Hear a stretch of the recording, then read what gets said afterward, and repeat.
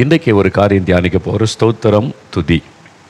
இதுக்கு எதை சொல்லலான்னா, இந்த சாம்பிராணி, அதாவது தூப வர்க்கம் செய்வதற்கு 4 பொருட்கள் தேவை என்பதான் நம்ம பார்த்தல. நம்ம அதை தொடர்ச்சி அதை பற்றி பார்த்து வருகிறோம். 4 பொருட்கள் தேவை. இந்த 4 பொருட்கள் வெள்ளைப்போளம், குங்குலியம், அல்பான் பிசின், சாம்பிராணி.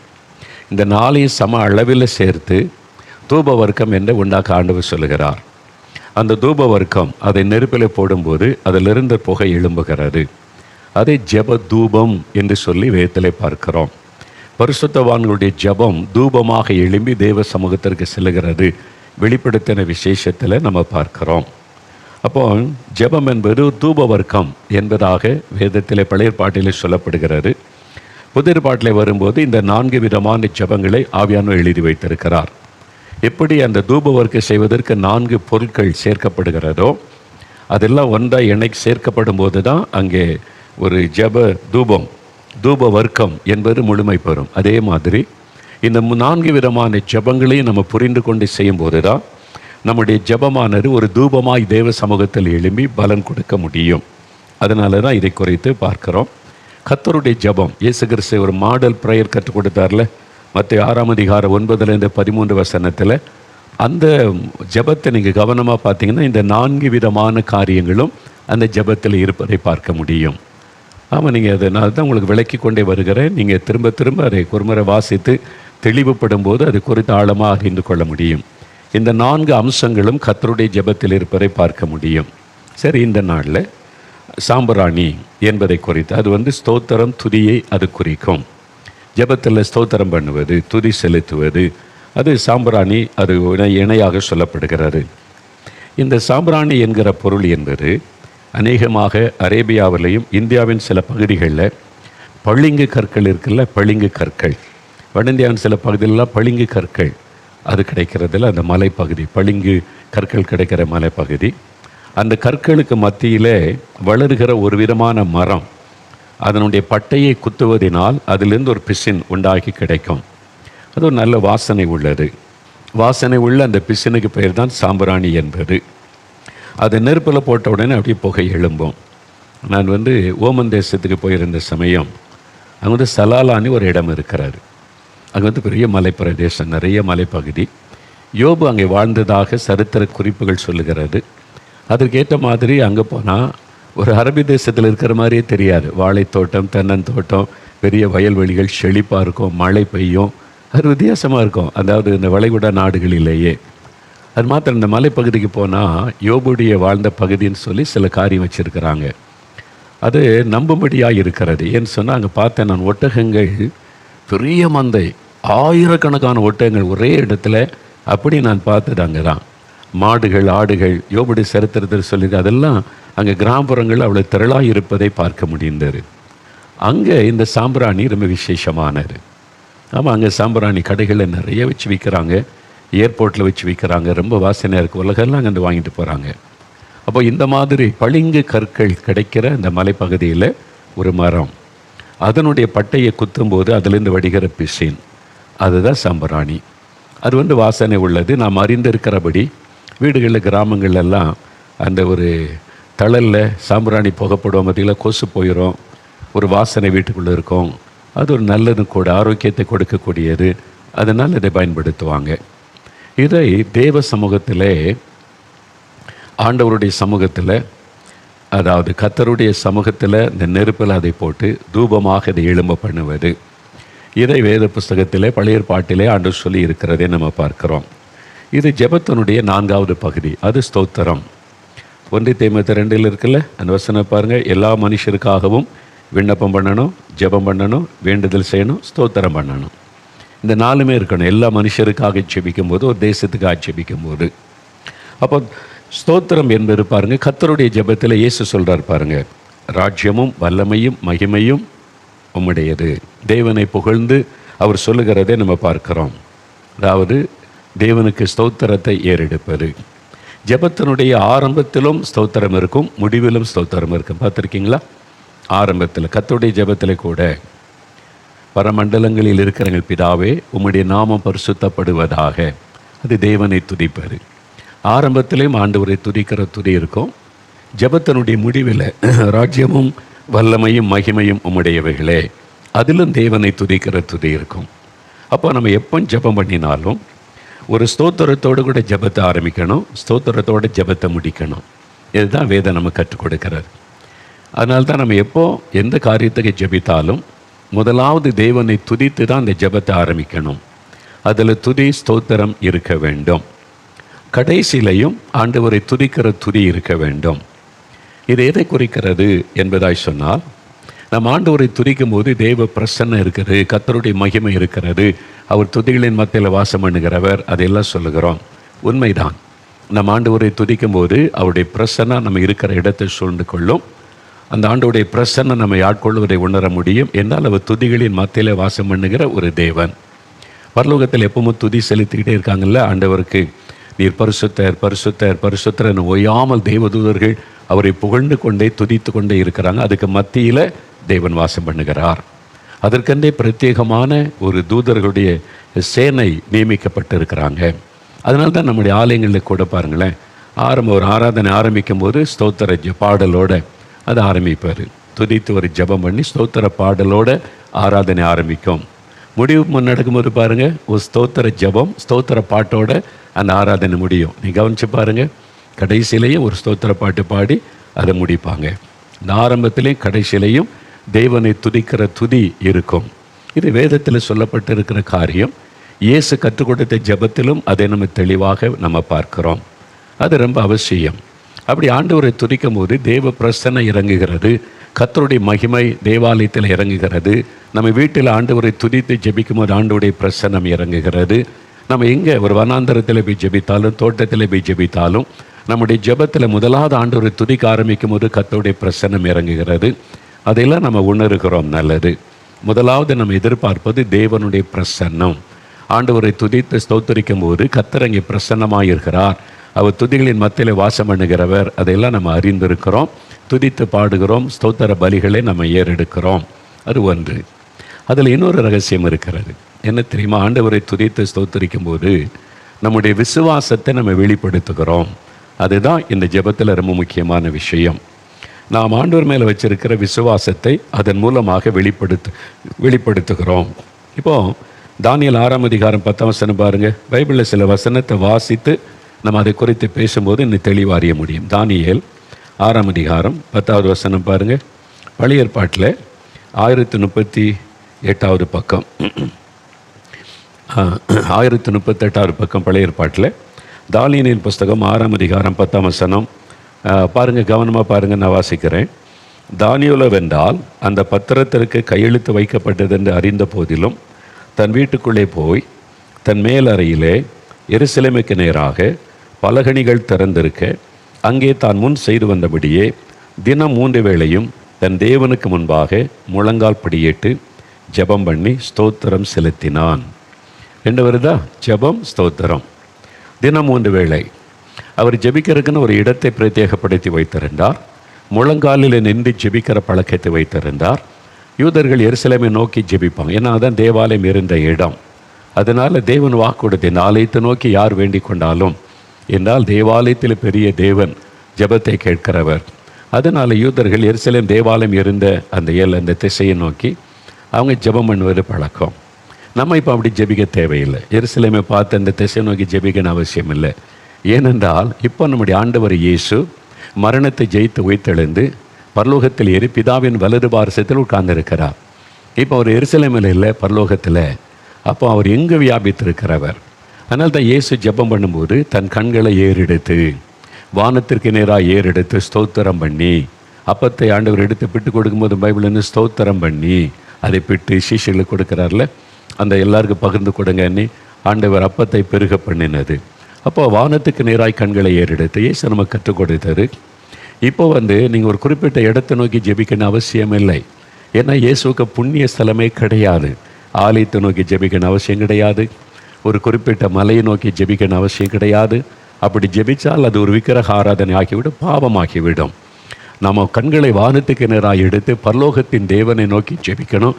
அங்கே தான் பிதாவின் வலது பாரசத்தில் இயேசுவும் வீற்றிருந்து நாம் ஜெபிக்கும் போது அவரும் பரிந்து பேசி ஜெபம் பண்ணுகிறார். இதான் வேதம் சொல்லுகிற சத்தியம். அப்போது ஜெபத்தில் கவனிக்க வேண்டிய காரியம் என்ன? முழங்கால் படியிட்டு ஜெபம் பண்ணி தானியேல் ஸ்தோத்திரம் செலுத்தினார் என்பதாக நம்ம பார்க்கிறோம். பார்த்தீங்களா, ஜெபமும் ஸ்தோத்திரமும் இணைந்து வருகிறாரு. இன்னொரு வசனம் பாருங்களேன், பிலிப்பியர் 4ஆம் அதிகாரம் 6ஆம் வசனத்தில், பிலிப்பியர் 4ஆம் அதிகாரம் 6வது வசனம். இது புதிய ஏற்பாட்டில் 273வது பக்கம் எடுங்க.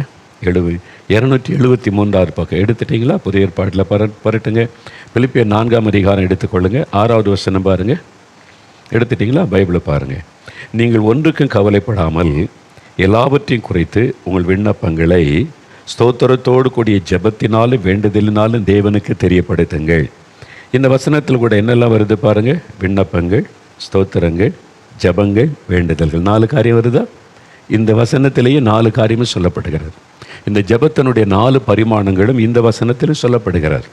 என்ன சொல்கிறாங்க? நீங்கள் ஒன்றுங்க கவலைப்படாமல், ஏதாவது கவலை கொண்டு வருகிற பிரச்சனை, தனிப்பட்ட காரியம், சபையின் காரியம், ஊழியன் காரியம், ஒரு தேசத்தின் காரியம் நடக்கிற பார்த்து ஒரு கவலை, ஒரு துக்கம் வருது, அதுக்காக செபிக்கணும் அப்படின்போது நீங்கள் ஒன்றுக்கு கவலைப்படாமல் எல்லாவற்றையும் குறித்து உங்களுடைய தனிப்பட்ட காரியம், குடும்ப காரியம், ஊழிய காரியம், தேசத்துக்கு அடுத்த காரியம் எதுவானாலும் எல்லா காரியத்தையும் குறித்து உங்கள் விண்ணப்பங்களை ஸ்தோத்திரத்தோடு கூடிய ஜெபத்தினாலே வேண்டுதலினாலே தேவனுக்கு தெரியப்படுத்துங்க. நீங்கள் எல்லாத்தையும் தேவனுக்கு தெரியப்படுத்துங்க. ஜெபத்தில் தேவனுக்கு தெரியப்படுத்துங்கள்.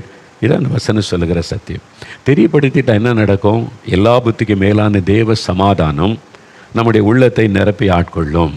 அந்த ஜெபத்துக்கு அவ்வளோ பெரிய வல்லமை. தேவனுக்கு தெரியப்படுத்தி விட்டால் நம்முடைய உள்ளத்தில் இருக்க அந்த கவலை, பாரம், பயம் எல்லாம் விலகி ஒரு தேவ சமாதானம் உள்ளத்தில் வந்துடும். அதனால் தான் ஜெபம் அத்தனை வல்லமை உள்ளது. ஆனால் வேதத்தில் சொல்லப்பட்டபடி அதை அறிந்து கருத்தாய் கவனமாய் அந்த ஒழுங்கின்படி நம்ம ஜெபிக்கணும். ஏன்னா சில ஜெபம் கேட்கப்படாது, சில ஜெபம் கர்த்தருக்கு அருவருப்பானது. கர்த்தருடைய வேதத்தை புறக்கணித்து நம்ம ஜெபம் செய்தால் அது கர்த்தருக்கு அருவருப்பான. தேவன் இந்த ஜெபத்தை கேட்பதில்லைன்னு ஆண்டு சொல்கிறார். அதனால் நம்ம என்ன பண்ணாலும் ஆண்டு கேட்பாருன்னு நினச்சிடக்கூடாது. வேதத்தில் ஆண்டு சொல்லிக் கொடுத்த ஒழுங்கின்படி அது கருத்தத்தை உணர்ந்து நாம் ஜெபம் செய்ய வேண்டும். அதனால் இந்த 4 காரியம் சொல்லப்படுதில் எல்லாவற்றையும் குறித்து ஸ்தோத்திரத்தோடு கூடிய ஜெபத்தினாலும் வேண்டுதலினாலும் தேவனுக்கு தெரியப்படுத்துங்க.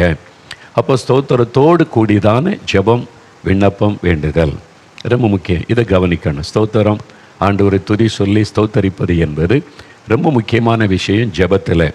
அது இயேசு கிறிஸ்துவும் ஆண்டவரிடத்தில் ஜெபிக்கும் போது பாருங்கள், இயேசு கிறிஸ்து அப்படி துதித்து ஜெபிப்பதை பார்க்க முடியும். இந்த ஆண்டவரை துதிக்கிற காரியம் இதை வெளிப்படுத்த தெரியுமா? ஒன்று, நான் சொன்ன மாதிரி தெய்வ பிரசன்னம் அங்கே இறங்கி வரும். கர்த்தர் துதிகளின் மத்தியில் வாசம் பண்ணுறதுனால ஆண்டவருடைய பிரசன்னத்தை நம்ம மத்தியிலே கொண்டு வருகிறாரு. துதிக்க துதிக்க தெய்வ பிரசன்ன ஆலயத்துக்குள்ளே இறங்குகிறது. அதெல்லாம் உண்மை. அதை விட ரொம்ப முக்கியமான விஷயம் என்ன தெரியுமா? அதாவது இயேசு கிறிஸ்து யோவான் 11ஆம் அதிகாரத்தில் லாசருவின் கல்லறை முன்பாக நின்று ஒரு ஜெபம் செய்கிறார். எல்லாருமே அந்த ஜெபத்தை கவனிக்கிறாங்க. எப்படி ஜெபிக்கிறார் பாருங்க. யோவான் 11ஆம் அதிகாரம் எடுத்துக்கொள்ளுங்க. 41வது வசனத்தில் பாருங்கள். அது 144வது பக்கம் புதிய ஏற்பாட்டில். அதில் 41வது வசனம் பாருங்களேன். அப்பொழுது மரித்தவன் வைக்கப்பட்ட இடத்தில் இந்த கல்லை எடுத்து போட்டார்கள். லாசரு கல்லறை முன்னால் இயேசு நிற்கிறாரு. கல்லை எடுத்து போட சொல்றார். எடுத்து போட்டுட்டாங்க. இயேசு தம்முடைய கண்களை ஏறெடுத்து, அதான் பாருங்கள், இயேசு வானத்துக்கு நேராய் பரலோகத்தை நிற்கிறாராய் கண்களை ஏறெடுத்து, பிதாவே எப்படி ஜெபிக்கிறார் பாருங்கள். நீர் எனக்கு செவி கொடுத்தபடியினால் உம்மை ஸ்தோத்தரிக்கிறேன். சரிங்களா? முதல்ல இயேசு என்ன சொல்கிறாரு? ஸ்தோத்தரிக்கிறேன். நீர் எனக்கு செவி கொடுத்தபடியால் நான் உம்மை ஸ்தோத்தரிக்கிறேன். 42வது வசனத்தில், நீர் எப்பொழுதும் எனக்கு செவி கொடுக்கிறீர் என்று நான் அறிந்திருக்கிறேன். சரிங்களா? இது விசுவாசத்தை வெளிப்படுத்தும். நீங்கள் ஜெபிக்கிற ஆரம்பத்திலேயே ஆண்டவரை துதித்து ஸ்தோத்தரிக்கும் போது நீங்கள் அவர் மேலே வச்சிருக்கிற விசுவாசத்தை வெளிப்படுத்துறீங்க. அதனால் இந்த ஸ்தோத்திரம், துதி என்பது ரொம்ப முக்கியம். இயேசு என்ன சொல்கிறார்? பிதாவே எனக்கு நீர் செவி கொடுத்தபடியினால் உம்மை ஸ்தோத்தரிக்கிறேன். நீர் எப்பொழுதும் எனக்கு செவி கொடுக்கிறீர் என்பதை நான் அறிந்திருக்கிறேன். பார்த்தீங்களா? விசுவாசம். அப்போ நம்ம ஆரம்பத்தில் ஸ்தோத்தரிக்கும் போது என்ன பாருங்கள், பரமண்டலங்களில் இருக்கிறவங்க பிதாவே உம்முடைய நாமம் பரிசுத்தப்படுவதாக அப்படின்னா, அப்படி சொல்லும்போதே அவர் நம்ம பக்கத்தில் இருக்கிறாரு. அவரை பார்த்து அவருக்கு ஸ்தோத்திரம் சொல்கிறேன் அப்படின்றத வெளிப்படுத்துகிறாரு. அப்போ நீங்கள் வீட்டிலையோ சபையிலையோ எங்கேயோ ஜெபம் பண்ணும்போது, ஆண்டவரே நான் உம்மை துதிக்கிறேன் அப்படின்னு சொல்லும்போது என்ன சொல்லுகிறோம்? நீர் என் மத்தியில் இருக்கிறதற்காக ஸ்தோத்திரம், என் ஜெபத்தை நீர் கவனிக்கிறதற்காக உமக்கு ஸ்தோத்திரம், இந்த வேண்டுதலை நீர் கவனித்து கொண்டிருக்கிறீர், அதற்காய் ஸ்தோத்திரம். இதற்கு பதில் தரப்போகிறீர், அதற்காய் ஸ்தோத்திரம். பார்த்தீங்களா? நீங்கள் முதல்ல ஆண்டவருக்கு ஸ்தோத்திரம் துதி செலுத்தும் போது ஆண்டவர் அங்கே இருக்கிறார், உங்களுடைய ஜெபத்தை கவனிக்கிறார் என்கிற விசுவாசத்தை வெளிப்படுத்துகிறீர்கள். அதுதான் துதி ஸ்தோத்திரத்தில் ரொம்ப முக்கியம். அப்படி விசுவாசத்தை வெளிப்படுத்தும் போது தான் கர்த்தருடைய பிரசன்னம் அந்த இடத்தை நிரப்புகிறது. அப்போ ஒரு ஜெபம் ஆரம்பிக்கும் போதே, ஆண்டவரே என் ஜெபத்தை நீர் கவனிக்கிறதற்காக ஸ்தோத்திரம், எங்கள் மத்தியில் பிரசன்னமாகி இருக்கிறதற்காக ஸ்தோத்திரம் அப்படின்னு ஆண்டவரை துதிக்கணும். இப்போ சர்ச்சில் கூடும்போது ஒரு பாட்டு பாடிடுவாங்க, 2 பாட்டு, சில சமயம் அரை மணி நேரம் பாட்டு பாடின பிறகு ஒருத்தர் ஜெபிக்க சொன்னால், இயேசுவே நீர் வாரும், நாங்கள் ஆராதிக்க வந்திருக்கிறோம், நீங்கள் வாங்க அப்படின்னு கூப்பிடுவாங்க. அந்த ஜெபம் அறியாமையின் ஜெபம். ஆண்டவர் எதை சின்ன பிள்ளை அறியாமல் ஜெபிக்குதுன்னு அவர் அமைதியாக இருக்கிறார். உண்மை என்ன தெரியுமா? நீங்கள் அப்படி ஜெபிக்க சொன்ன, ஆண்டவரே எங்கள் மத்தியில் இருக்கிறதற்காக ஸ்தோத்திரம்னு தான் சொல்லணும். நீர் வாருன்னு ஜெபிக்கக்கூடாது. ஏன்னு சொன்னால், இயேசு நமக்கு வார்த்தையில் வாக்கு கொடுத்தாரு, எங்கே 2 பேர் அல்லது 3 பேர் என் நாமத்தினாலே கூடுகிறீர்களோ அங்கே அவர்கள் நடுவில் நான் இருக்கிறேன் அப்படி தான் சொல்லியிருக்கிறார். ஐ எம் தேர், அங்கே இருக்கிறேன். அப்போ ஒரு ஆலயத்தில் ஜெபிக்க கூடும்போது, ஒரு வீட்டில் ஜெபிக்க கூடும்போது, ஒரு கூட்டத்தில் ஜெபிக்க கூடும்போது இயேசுவின் நாமத்தினால 2 பேர் வந்துட்டால் 3வது ஆளாக இயேசு அங்கே இருக்கிறாரு. அப்போது நீங்கள் அந்த இயேசுவை வாருன்னு கூப்பிடக்கூடாது. அப்போ என்ன சொல்லுவார்? நான் எப்போ வந்துட்டேன்ப்பா, நீ இப்போ கூப்பிட்டுக்கிட்டு இருக்கிற, நான் வாக்கு கொடுத்துட்டேனே, 2 பேர் என் நாமத்தினால் எங்கே கூடினால் அங்கே இருப்பேன்னு சொல்லி. அப்போ 2வது ஆள் சர்ச்சுக்குள்ளே வரும்போதே, 2வது ஆள் இந்த மைதானத்தில் கூடும்போதே, 2வது ஆள் இந்த வீட்டுகளை ஜெபிக்க உள்ளே நுழைந்த போதே நான் வந்துட்டேன், நாங்கள் தான் இருக்கிறேன். இப்போது நீர் வாருன்னு சொல்லக்கூடாது, எங்கள் மத்தியில் இருக்கிறதற்காய் ஸ்தோத்திரம். ஆண்டவரை துதிக்க வேண்டும். அதுதான் விசுவாசத்தை வெளிப்படுத்துகிறவர். எங்கள் மத்தியில் நீர் இருக்கிறீர், நாங்கள் உம்மை துதிக்கிறோம். அப்போ ஆண்டவரை துதித்து ஸ்தோத்தரிப்பதில் ரொம்ப முக்கியமான ஒரு காரியம், நம்முடைய விசுவாசத்தை அதன் மூலமாய் வெளிப்படுத்துகிறோம் என்பதை நம்ம மறந்துடக்கூடாது. அதுதான் ரொம்ப முக்கியம். ஆரம்பத்திலேயே ஆண்டவரை துதித்து ஸ்தோத்தரிக்கும் போது இயேசு அங்கே இருக்கிறாரு, ஜெபத்தை கவனிக்கிறார், அவர் எப்பொழுதும் நம் மத்தியில் இருக்கிறார் வெளிப்படுத்துகிறோம் விசுவாசத்தை. அப்புறம் முடிவிலேயே ஸ்தோத்திரம் பண்ணும் இல்லை? ஒரு ஜெபம் பண்ணி முடிக்கும் போது, ஆண்டவரே இந்த ஜெபத்தை கேட்டதற்காய் ஸ்தோத்திரம், பதில் தந்து விட்டதற்காய் ஸ்தோத்திரம், அதற்காக உமக்கு நன்றி அப்படின்னு முடிப்போம். அந்த ஸ்தோத்திரம் எதை குறிக்குது? என் ஜெபம் கேட்கப்பட்டது, ஆண்டவர் பதில் தந்துட்டார், நான் பதிலை பார்க்க போகிறேன், விசுவாசத்தை வெளிப்படுத்துகிறது. அப்போ துதித்து ஸ்தோத்தரிக்கும் போது நம்முடைய விசுவாசத்தை நம்ம வெளிப்படுத்துகிறோம். அதனால் இது எவ்வளோ முக்கியம் பார்த்தீங்களா? ஜெபத்தில் துதி ஸ்தோத்திரம் என்பது அவ்வளோ முக்கியம். அதனால தான் எப்பொழுது ஜெபித்தாலும் ஸ்தோத்திரத்தோடு கூடிய ஜெபம். தானியேல் அப்படி ஜெபிக்கிறதை நம்ம வேதத்திலே பார்க்கிறோம். அதனால தான் பாருங்கள், தானியேல் 6ஆம் அதிகாரத்தில் 23வது வசனம் பாருங்கள். அப்பொழுது ராஜா தன்னில் மிகவும் சந்தோஷப்பட்டு தானியேலை கெபியிலிருந்து தூக்கிவிட சொன்னான். அப்படியே தானியேல் கெபியிலிருந்து தூக்கிவிடப்பட்டான். அவன் தன் தேவன் பேரில் விசுவாசித்திருந்தபடியால் அவனில் ஒரு சேதமும் காணப்படவில்லை. அவன் விசுவாசம் உள்ளவனாக இருந்ததை வேதம் குறிப்பிட்டு சொல்லுகிறார். சிங்க கபில ராஜா போட சொல்லிட்டாரு, சட்டம் அப்படி ஆகிவிட்டார். இப்போ தானியேலை சிங்க கபில போட்டால் அவர் உயிரோடு அடுத்த நாள் வெளியே வருகிறார். இதில் ரொம்ப விசேஷமான விசுவாசம் என்ன? ராஜாவுடைய விசுவாசம்.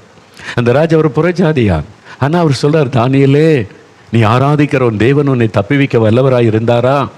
ஒரு ராஜா போய் கெபில சிங்க கபில போடப்பட்ட ஆளை காலையில் போய் பேர் சொல்லி கூப்பிட்றாருன்னா அவருடைய விசுவாசம் எவ்வளோ பெரியது. அப்போ தானியேலுடைய வாழ்க்கையும் ஜெபமும் அவர் தேவன் மேலே வைத்திருந்த விசுவாசத்தை வெளிப்படுத்தி கொண்டு இருந்ததுனால ராஜாவுக்குள்ளும் அந்த விசுவாசம் வந்திருந்தது.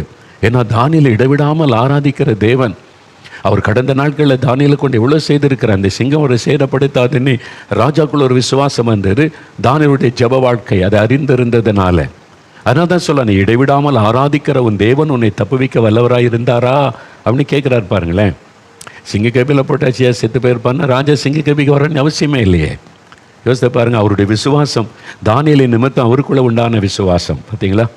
சில சமயம் சொல்லுவாள், நம்ம ஜெபிச்சு அற்புதம் நடக்கிற பார்த்துட்டா ஆண்டவர் அறியாத மக்கள் கூட உங்கள்ட்ட பார்த்தும்போது, ஐயா நீங்கள் ஜெபிச்சு அற்புதம் நடக்கும், ஆண்டவர் உங்கள் ஆண்டவர் பெரியவர் சொல்லுவாங்க. பார்த்துருக்கீங்களா?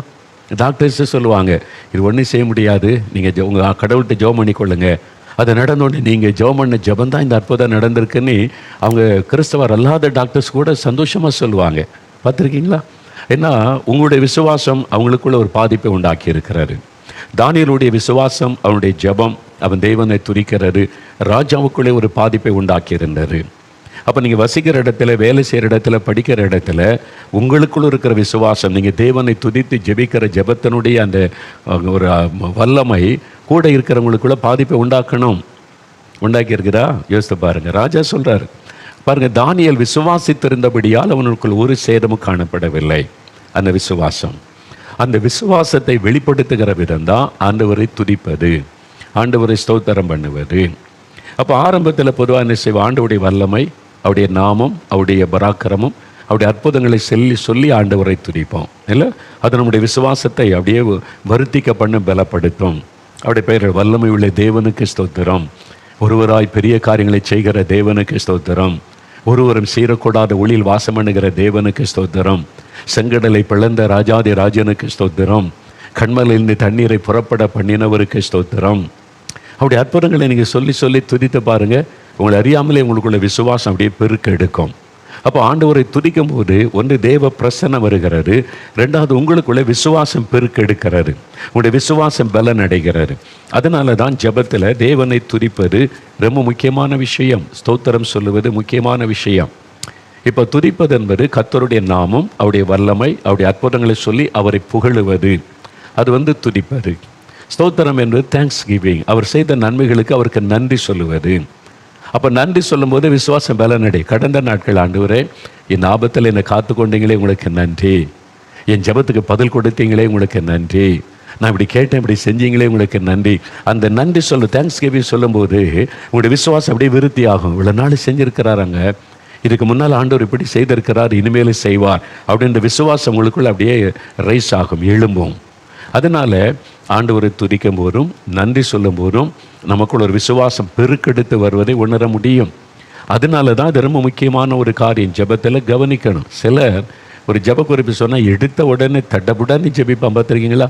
ஆண்டவருக்கு நன்றி சொல்வதில்லை, அவர் முன்னால் இருக்கிறாரு, அவரை பார்த்து நான் பேசணும், இந்த உணர்வே இல்லாமல் ஜெபிக்கிறவங்க உண்டு. நீங்கள் முதல்ல அறிந்து கொள்ளணும். நீங்கள் எங்கே உங்கள் சர்ச்சில்னாலும் சரி, ஒரு ஜெப கூட்டத்தினாலும் சரி, ஒரு பெரிய பொது இடத்துலனாலும் சரி, ஜெபிக்க கண்ணை மூடினாலே உங்கள் முன்னால் இயேசு இருக்கிறார், அவர் என்னை கவனித்து கொண்டு இருக்கிறார், என் ஜெபத்தை அவர் கேட்கிறார். இந்த விசுவாச உணர்வோடு நீங்கள் ஜெபத்தாருங்க. அப்போது அவரை பார்த்தோன்னே முதல்ல என்ன சொல்லுவீங்க? நன்றி ஆண்டவரே, எங்கள் பக்கத்தில் வந்திருக்கிறீங்க, இந்த ஜெபத்தை கேட்குறீங்க, தேங்க்யூ ஜீசஸ் அப்படி சொல்லணும்ல. இல்லை, யோசித்து பாருங்கள். இதை நிறைய பேர் இதில் மிஸ் பண்ணுகிறோம். அதனால் நம்முடைய ஜெபத்தில் ஒரு வல்லமை இல்லை, ஒரு ஆசீர்வாதம் இல்லை, ஏதோ கடமைக்காக ஜெபிக்கிற ஜெபம் அப்படி தான் போகிறது. ஆனால் முதலாவது நம்முடைய இருதயத்தில் நன்றியினால் நிறைந்து அவருக்கு நன்றி சொல்லுவது, அவருடைய வல்லமை பராக்கிரம அற்புதங்களை அறிந்து அவரை புகழுவது. நீர் யெகோவா ஈரே, என் தேவைகளெல்லாம் சந்திக்கிறவர், நீர் யெகோவா நிசி, எனக்கு ஹித்தம் பண்ணுகிற தேவனை ஸ்தோத்திரம், நீர் யெகோவா ஷாலோம், எனக்கு சமாதானமாக இருக்கிறவரே உமக்கு ஸ்தோத்திரம், யெகோவா ரூவா, என்னுடைய நல்ல மெய்ப்பனை உமக்கு ஸ்தோத்திரம். ஒவ்வொன்றுக்கும் நீங்கள் அந்த பெயரை சொல்லி அதனுடைய அர்த்தத்தை உணர்ந்து நீங்கள் நன்றி சொல்லி பாருங்கள். உங்களுக்குள்ள சோர்வெல்லாம் மாறிடும், சந்தேகம் களைப்பெல்லாம் மாறும், விசுவாசம் அப்படியே உங்களுக்குள்ள ரைஸ் ஆகும், அப்படியே உங்களுக்குள்ளே பெருகும். அதுதான் ஜெபத்தினுடைய வல்லமை. அதனால தான் நீங்கள் விண்ணப்பங்கள், வேண்டுதல்கள் இதெல்லாம் செய்கிறதற்கு முன்னால் முதல்ல ஸ்தோத்திரம் பண்ணிடணும். ஆண்டவருடைய வல்லமைகளை சொல்லி அவரை புகழுங்க. அவருடைய அற்புதங்கள் பைபிளில் நிறைய இருக்கு, அதெல்லாம் சொல்லி அவரை புகழுங்க. அப்புறம் ஸ்தோத்திரம் சொல்லுங்கள் ஆண்டவருக்கு, அவர் செய்த நன்மைகளுக்காக அவரை துதிப்பது. அதனால் இந்த ஸ்தோத்திர பலிகள் 1000 ஸ்தோத்திர பலிகள் புஸ்தகங்கள் முதல்ல சகோதர சாம் ஜெபத்துறை அண்ணன் தான் நிறைய பேருக்கு உதவியாக இருக்கட்டுமே, ஒரு பழக்கம் ஏற்படட்டும்னே நிறையா அதுக்கு ஸ்தோத்திர பலிகள்னு புக்கு வெளியிட்டாங்க. இப்போ நிறைய பேர் வெளியிட்டாங்க, நல்லது தான், தப்பு கிடையாது. ஆனால் சிலர் அதுக்கு அந்த புஸ்தகத்தையே வாசிக்கிட்டு இருப்பாங்க. ஏன்னா இப்போ ஒவ்வொரு வசனத்தையும் எழுதிட்டு அதுக்கு ஒரு ஸ்தோத்திரம். அப்படி நான் சில புஸ்தகத்தை பார்த்தேன். ஆதியிலே வானத்தின் பூமி உண்டாக்கினவரே ஸ்தோத்திரம், பூமி வெறுமையாக இருந்தது, ஆவியான ரசாடி கொண்டு இருந்தவரே ஸ்தோத்திரம். இது மாதிரி ஒவ்வொரு வசனத்துக்கு ஆண்டவரை துதிக்கலாம், தப்பு கிடையாது. ஆனால் சிலர் கிளிப்பழ மாதிரி அதையே வாசித்து கொண்டு இருப்பாங்க பாருங்கள். அது அப்புறம் பாட புஸ்தகத்துக்கு மனப்பாடமாக படிக்கிற மாதிரி வாய்ப்பாடு பார்க்குற மாதிரி ஆயிரும். 2 4 அப்படின்னு வாய்ப்பாடு சொல்லுவாங்க தெரியுமா, 1 1 அப்படிலாம் சேர்ந்தாங்க ஸ்கூலில் சொல்ல, அது மாதிரி ஆயிரும். இருதயத்திலிருந்து அந்த தோத்திர பலி எழும்பணும். அப்போ ஆரம்பத்தில் வெளியிட்டது ஒரு கைடன்ஸ் நமக்கு. ஏசு எப்படி ஒரு மாதிரி ப்ரேயர் சொல்லி கொடுத்தாரோ, பரமண்டலங்களுக்கு பிதாவே அப்படின்னு சொல்லி கொடுத்தோடனே எப்போ ஜெபம்னு அதை சொல்லணும்னு அவசியம் இல்லை, அது ஒரு மாடல் ப்ரேயர், அவ்வளோதான். அதை ஞாபகப்படுத்துறதுக்கு சர்ச்சில் ஜெபம். அதனால் எப்போவும் அதையே சொல்லி கொண்டிருக்கணும். ஏசு தான் சொல்லி கொடுத்துருக்காரு, இதை தான் செய்யணும், அப்படி கிடையாது. ஒரு மாடல் ஜெபம் பண்ண வேண்டிய விதமாவதுன்னா அதுக்கு மாடல்ஸ் அதில் 4 காரியம் இருக்கிறது. அதை பகுத்து அறிந்து அதில் நம்ம ஜெபத்தில் வளரணுமே தவிர அதையே சொல்லி கொண்டு இருப்பதில்லை. அது மாதிரி புஸ்தகத்தை வாசித்து இதுக்கு ஸ்தோத்திரம், அதுக்கு ஸ்தோத்திரம், இதுக்கு ஸ்தோத்திரம், இருதயம் ஒன்றை சேராது. வெறும் கண்ணு உதடும் தான் பேசு. கண்ணை பார்க்கும், உதடு மட்டும் வரும், இருதயத்திலேருந்து ஸ்தோத்திரம் வராது. இது ரொம்ப டேஞ்சரானது. இப்போ நிறைய பேர் புஸ்தகத்தை வாசித்து ஸ்தோத்திரம் சொல்லி பழகி இருதயம் ஒன்ற மாட்டேங்குது. யோசித்து பாருங்கள், நீங்களே புஸ்தகத்திலேருந்து துதிக்கிறீங்களா? இருதயம் ஒன்று தான். உங்களுடைய இருதயத்தில் ஆண்டவரை நினச்சி, அது ஆரம்பத்தில் புஸ்தகம் ஓகே, நான் தப்பு சொல்லலை. ஆனால் அதையே பழக்கமாக்கி அதையே வாசித்து கொண்டு இருக்கக்கூடாது. இருதயத்திலிருந்து அந்த ஜெபம் வரணும். அதுதான் ரொம்ப முக்கியமான காரியம். இந்த ஆராதனை, இந்த மேரேஜ் ஆராதனை நடத்துவாங்க தெரியுமா, பார்த்துருக்கீங்களா? அதாவது மெய்ப்பர்கள் நடத்துவாங்க. எல்லா சபையிலுமே நம்மளுடைய கேள்வி கேட்பாங்க, பதில் சொல்லுவாங்க, வசனத்தை சொல்லுவாங்க. சிலர் 30 வருஷம் ஊழியம் செய்த பிறகு புக்கே வாசிக்கிட்டு இருப்பாங்க, அப்படி சொல்லுங்கள் அப்படி சொல்லுங்கன்னு. ஆனால் சில போதகர்கள் பாருங்கள், அது இருதயத்தில் பாருங்க, டைரெக்டாக இருதயத்திலேருந்து கேள்வி கேட்பாங்க, இருதயத்திலேருந்து வசனத்தை சொல்லுவாங்க, இருதயத்திலேருந்து ஜெபிப்பாங்க. சிலர் 30 வருஷம் ஆன பிறகு அதை வாசிக்கிட்டு இருப்பாங்க. உப்பு செப்பு இல்லாமல் இருக்கும், அதில் ஒரு வல்லமை இருக்காது. நீங்கள் புக்கை பார்த்து வாசித்து கொண்டு புக்கை பார்த்து துதித்து கொண்டு இருக்கிறேன் அப்படின்னு சொல்லிட்டு அது காலங்காலம் அது அது ஆரம்பம். நீங்கள் எல்கேஜி யூகேஜியில் இருக்கிறீங்கன்னு அர்த்தம். அதை தாண்டணும். அதுக்கப்புறம் புக்கை வச்சுட்டு அப்படியே துதிக்க ஆரம்பிக்கணும். அது ஒரு மாடல் உங்களுக்கு, அவ்வளோதான். இப்படியெல்லாம் நீங்கள் தேவனை துதிக்கலாம், அப்படி வசனத்தெல்லாம் சொல்லி தேவனை ஸ்தோத்திரம் பண்ணலாம் என்பது தான். அதனால் அதை வச்சே நீங்கள் வாசித்து கொண்டு இருக்காமல் அதன் பிறகு இருதயத்தின் ஆழத்தில் இருந்து ஆண்டவரை அப்படியே துதிப்பது, அதுதான் ரொம்ப முக்கியம். அப்போ ஆரம்பத்தில் ஜெபத்தினுடைய ஆரம்பத்தில் நீங்கள் துதிக்கணும், நன்றி சொல்லணும். அவருடைய வல்லமை பராக்கிரமம், ஜெபத்திற்கு அவர் பதில் கொடுத்த விதத்தெல்லாம் சொல்லி ஆண்டவரை துதிக்கும் போது உங்களுக்குள்ள விசுவாசமும் அப்படியே ரைஸ் ஆகும். இதெல்லாம் நீங்கள் பார்க்க முடியும். அதன் பிறகு ஜெபத்தினுடைய முடிவில் ஆண்டவருக்கு துதிக்கும் போது இன்னும் விசுவாசத்தை வெளிப்படுத்துறீங்க. என் ஜெபம் கேட்கப்பட்டதற்காய் நன்றி, நீர் பதில் தந்து விட்டதற்காய் ஸ்தோத்திரம் ஆண்டவரே அப்படின்னு துதித்து முடிப்பது. கர்த்தருடைய ஜெபத்தில் இந்த ரெண்டுமே இருக்கிறதை நம்ம பார்க்கிறோம். அப்போ தானியேலுக்குள் எப்படி இந்த விசுவாசம் வந்தது? அவர் தேவனை துதித்து ஜெபிக்கும் போது என்ன சொல்லியிருப்பார்? ஆண்டவரே, என் ஜெபத்தை நீங்கள் கவனிக்கிறீங்க, ஜெபத்துக்கு நீங்கள் பதில் தர்றீங்க, நீங்கள் என் கூட இருக்கிறீங்க, உங்களுக்கு ஸ்தோத்திரம்னு துதித்து ஜெபித்திருப்பார். அதனால் சிங்கக்கபியில் போடும்போது தானியேலுக்குள்ள என்னைய ஆண்டவரையும் பிரிக்க முடியாது, அவர் எப்போவுமே என் கூட இருக்கிறார்ல. அப்போ சிங்கக்கபியில் போட்டாலும் அவர் என் கூட இருப்பார். அப்போது என்னை யாராவது டச் பண்ணால் அது ஆண்டவரை டச் பண்ணுற மாதிரி. சிங்கத்தை சிருஷ்டித்தவர் கர்த்தர். அப்போ ஆண்டவர் உண்டாக்கின சிங்கம், ஆண்டவர் எனக்குள் இருக்கிறார், என்னை தொட முடியாது. அதான் விசுவாசம், அதான் விசுவாசம். இந்த விசுவாசம், அவர் எனக்குள் இருக்கிறார், என்னோடு இருக்கிறார் அப்படின்ற விசுவாசம். சாது சுந்தர் சிங் இமயமலை பகுதியில் அதிகமாக ஊழியம் செய்தவர். ஒரு சமயம் ஒரு மலையில் ஏறி உட்காந்து ஒரு பாறையில் உட்காந்து ஜெபம் கொண்டார் காட்டு பகுதியில். அவர் கூட ஒரு நண்பர், அவர் திடீர்னு அவர் சாது ஜெபித்து கொண்டு இருக்கும்போது கவனித்தார், அந்த பாறையில் அவருக்கு முன்னால் ஒரு கரும் சிறுத்தை அப்படியே அவருக்கு முன்னால் படுத்து அவரை பார்த்து கொண்டு இருக்கிறது. சாது சுந்தர் சிங் அப்படியே ஜெபித்து கொண்டே இருக்கிறார். அவருக்கு முன்னால் கரு சிறுத்தை அப்படி படுத்து அவர் பார்த்து கொண்டே இருக்கிறது. சாது சுந்தர் சிங் ஜெபிச்சு முடிச்சு கண்ணை திறந்தார்.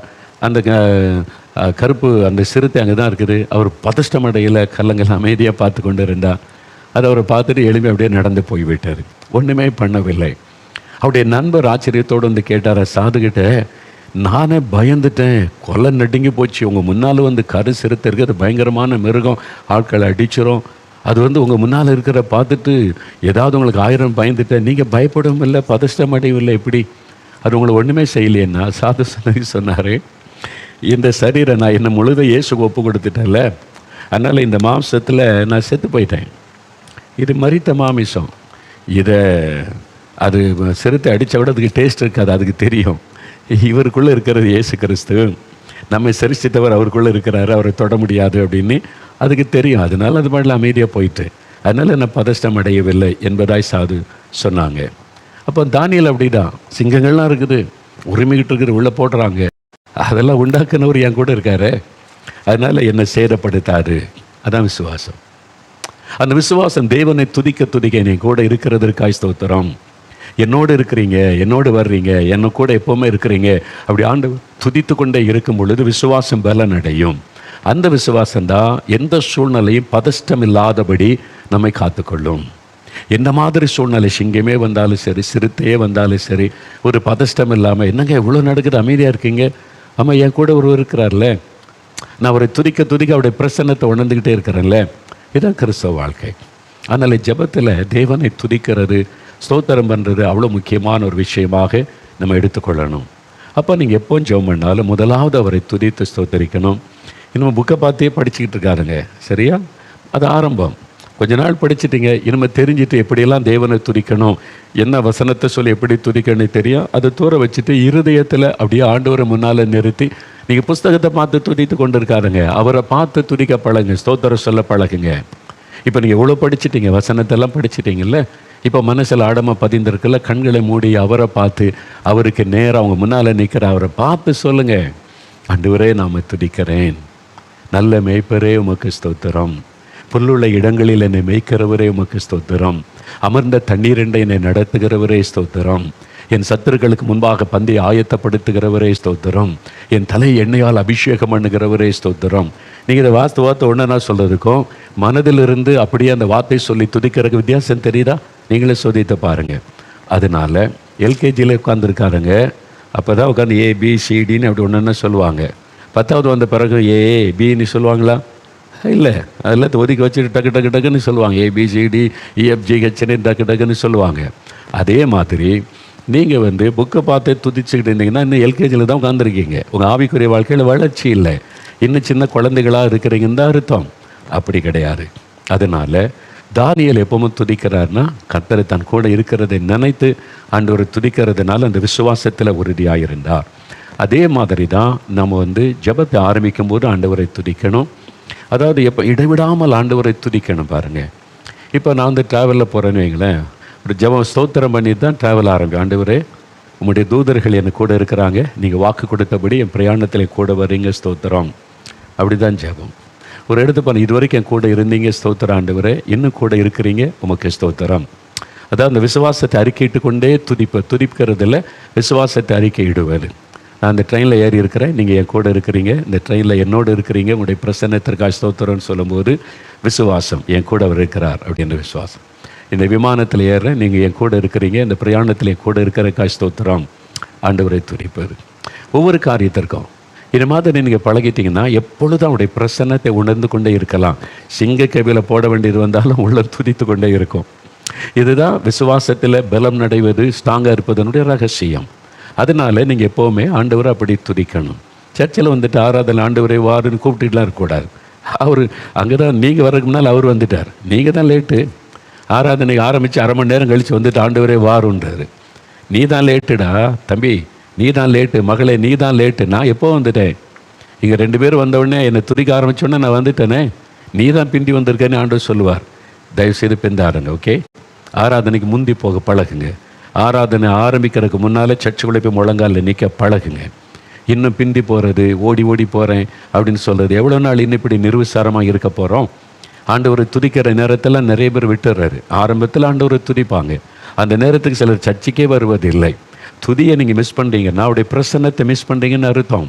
அப்போ ஆரம்ப நேரத்தில் ஆண்டவரை துதித்து பாடி ஆண்டவரை ஆராதிக்கும் போது நீங்கள் சர்ச்சுக்குள்ளே இல்லை, அந்த கூட்டத்துக்குள்ளே இல்லைன்னா நீங்கள் ஒரு பெரிய ஆசீர்வாதத்தை இழந்து போகிறீங்கன்னு அர்த்தம். சும்மா கடமைக்கு சர்ச்சுக்கு போகிறீங்க, அவ்வளோதான். ஆண்டவர் மேலே அன்போ பாசமோ உங்களுக்கு விசுவாசமோ இல்லை.